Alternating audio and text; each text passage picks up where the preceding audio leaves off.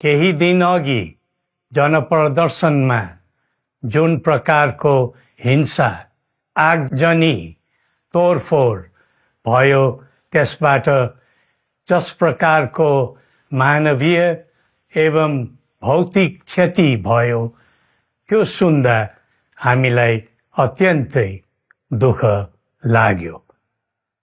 नागरिक स्वतन्त्रता भन्दा ठुलो तन्त्रवाद हुँदैन।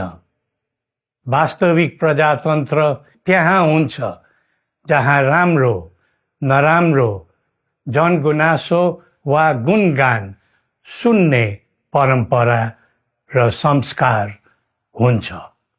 नेपाली जनतामा देश र भविष्यलाई लिएर जुन खालको जागरुकता पैदा भएको छ त्यसलाई हामीले सकारात्मक रूपमा लिएका छौं।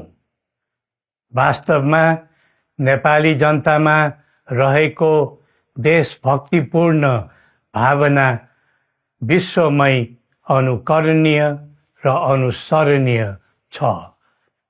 देशलाई विद्यमान जटिलताबाट मुक्त गराई शान्त, स्थिर र समृद्ध मुलुक बनाउने जागरुकता जुन पैदा भएको छ, नयाँ वर्ष 2082 मा नेपाली जनताको चाहना अनुसारको परिणाम हासिल हुने विश्वास थपिएको छ।